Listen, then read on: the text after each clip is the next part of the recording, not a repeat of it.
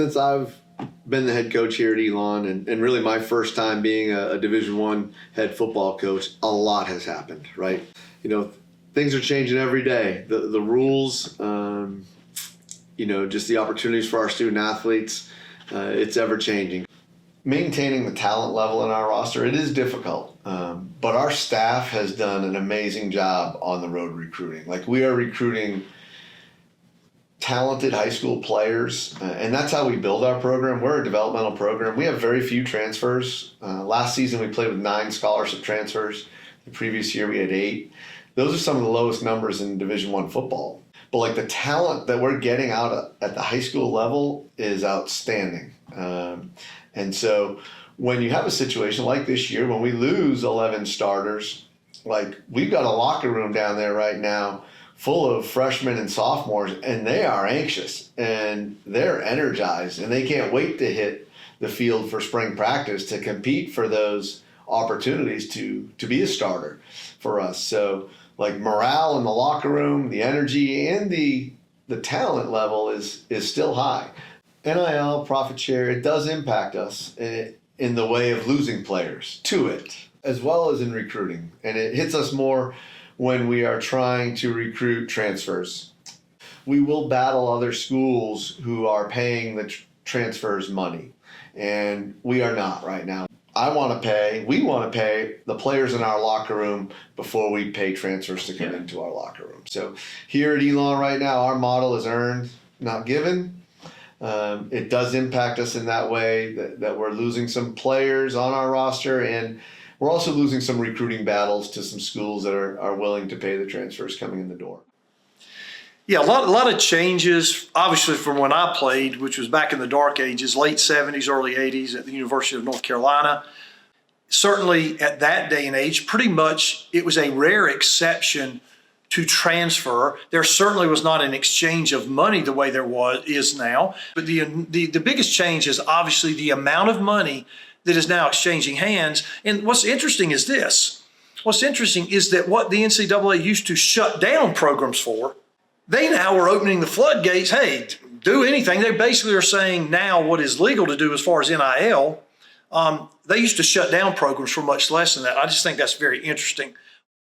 The freedom and ability to transfer is much easier now, right? And add the financial aspect, the opportunity to make, for some of our guys, life-changing money. Those are hard conversations, right? The conversations of, hey, coach, is entering the portal the best thing for me? I'll have honest conversations with our players, and we do it right after the season. So once we wrap up, we'll talk about, kind of the pluses and the minuses of a decision like that, and I'll share my honest opinion and try to help them make the best decision. Darian Mensah was our quarterback. He led us to an ACC title. He had a multi-year contract with Duke and should have been here in the fall, but broke a multi-year NIL agreement to enter the transfer portal. And that's sort of set a precedent, and Duke ended up suing him for it. And they ultimately settled for an undisclosed amount of money, but I think it's really a dangerous situation since a lot of players now realize that, they don't have to follow through on their contracts. And, these NIL deals, with Duke in particular, could be worth north of $5 million for a season. I mean, Darian Mensah's a bitch, right? I feel like when you commit to something, you got to stick it through. He signed a contract, Duke called him out on it, and people were upset. And I think that's completely ridiculous. And I think, the settlement that occurred, that's how it should happen, right? Like, if you put your name on something, you owe it to follow through on the contract. So I have seen NIL help our players. We have had players who have been successful and highly successful creating a brand for themselves and making money. John Seaton is a great example. An Elon grad. John came here as a preferred walk-on, not on a scholarship. Did a great job, like on the scout team.